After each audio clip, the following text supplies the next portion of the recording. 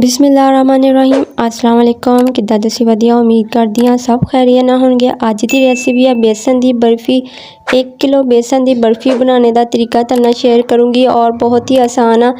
चाशनी किद्दां बनानी आ, सारी गल हुंदी आ चास दी। अगर चास ठीक बनेगी तो बहुत ही मज़ेदार बर्फ़ी होएगी, अगर नहीं सही बनेगी तो ख़राब हो जाती है। चीनी लिया और 1 किलो बेसन लिया हुआ। चीनी में कितनी इस्तेमाल करूँगी या तुहाडे नाल शेयर करूँगी।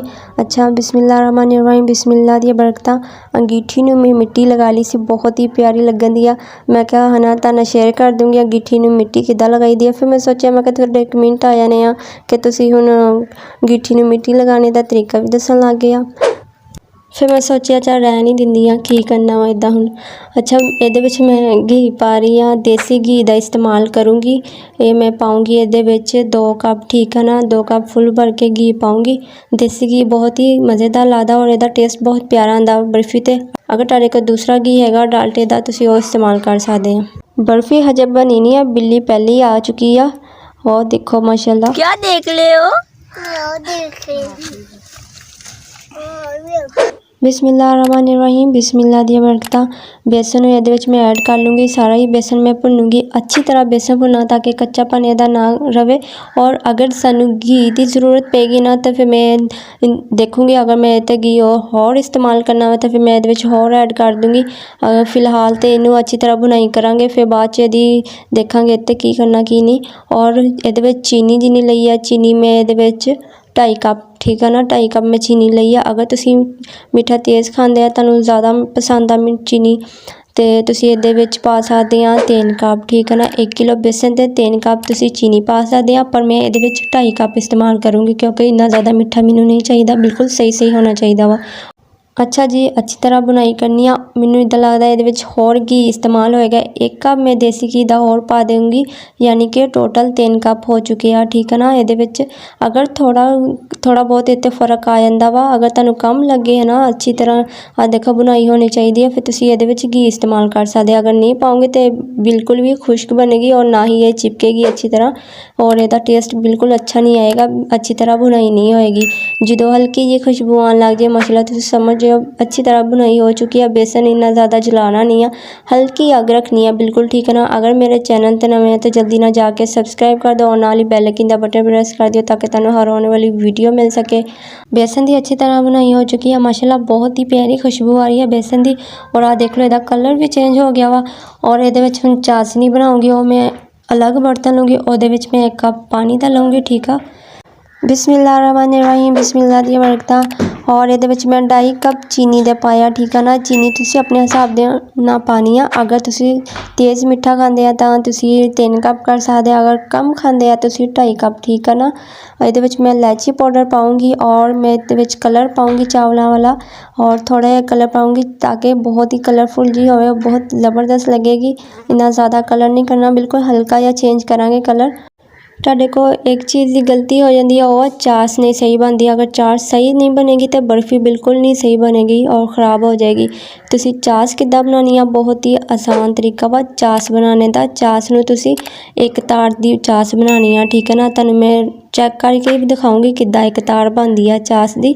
और मेरी वीडियो नूं तुसीं पूरा देखना ताकि तुहानूं हर चीज़ दी समझ आए। अच्छा आ देख लो, हुण मैं तुहानूं एक तार बना के दिखा दिंदी आ। अगर एक तार बन गई यदि तो समझ जाओ चाशनी बिल्कुल रेडी हो चुकी है, ठीक है ना। चलो मैं टेस्ट करके दिखा दिंदी हाँ। अच्छा देखो यदि तार टुट जाती है, चास हज बनी नहीं है, ठीक है ना। जो यदि तार टुटे ना तुसीं समझ जाओ चास बन गया। 1-2 मिनट मैं होर पकाऊँगी अच्छी तरह ताकि यदि चास अच्छी तरह बन जाए। अच्छा देख लो, टेस्ट कर लेंदे आ दोबारा तो चास बनी है कि नहीं बनी। चलो जी मैं बिस्मिल्लाह करदी हाँ, तुहानूं दिखा भी दिंदी हाँ। देखो माशाल्लाह चास बिल्कुल परफेक्ट बन गई है, बहुत ही आसान है, तुसीं इदां बना सकदे हो। और सारी गल चास दी हुंदी आ। अच्छा अच्छी तरह चास बन चुकी है, इहदे विच मैं मिक्स कर लूँगी, ठीक है ना। मैं अच्छी तरह मिक्स करूँगी। इहदे विच मैं खोपरा पाऊँगी, कद्दूकश किया हुआ वा, ठीक है ना। तुसीं जो चीज़ां इहदे विच ऐड करनियां होग तुसीं कर सकदे आ। अगर मेरे चैनल ते नवे तो जल्दी ना सब्सक्राइब कर दो और नाल ही बैल आइकन दा बटन प्रेस कर दिओ ताकि तुहानूं हर आने वाली वीडियो मिल सके। अच्छी तरह मिक्स करना वा। मिक्स करने तो बाद मैं इनू 2-3 मिनट वास्ते चूल्हे ते रख दूँगी, ठीक है ना। अच्छी तरह 2-3 मिनट होर बुनाई करांगे इहदी, ताकि इहदी चास बहुत ही मज़ेदार इहदे अंदर लगे और अच्छी तरह मिक्स हो जाए। 2-3 मिनट में और पकाया वा इनू और किसी बर्तन ते निकाल लेना वा, खुले बर्तन ते निकालना ताकि बर्फ़ी अच्छी तरह बने और इतनी मोटी भी नहीं होगी ना ही इन्नी पतली होगी, ठीक है ना। मैं सारा इहदे विच ऐड नहीं करना, 2 बर्तनां ते मैं बनाऊँगी, ठीक है ना। और ये पतली जी शेप देनी है, इन्नी मोटी नहीं। अगर तुसीं मोटी रखोगे तो वो इन्नी ज़्यादा मज़े वाली नहीं लगेगी और अच्छी तरह बर्फ़ी नहीं बनेगी। आ देख लो, किसी बर्तन ते तुसीं पा लेनी है और अच्छी तरह सैट कर लेनी है। 2-3 मिनट ठंडा होएगा फिर मैं इनू कटिंग करूँगी और इहदे विच मैं खोपरा थोड़ा जिहा कद्दूकश कीता होया इहदे विच लगा दूँगी। अगर तुसीं बादाम वगैरह होर भी चीज़ ऐड करनी चाहो तो कर सकदे आ।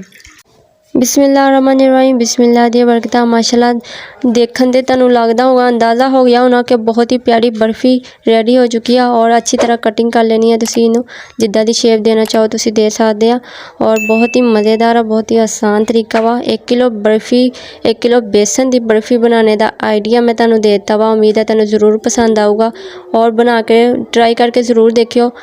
चाशनी बनाने दा तरीका बिल्कुल सही होना चाहिए, फिर तुहाडी बर्फ़ी बहुत ही अच्छी बनेगी। आ देख लो, माशाल्लाह बहुत ही अच्छी तरह बन चुकी है।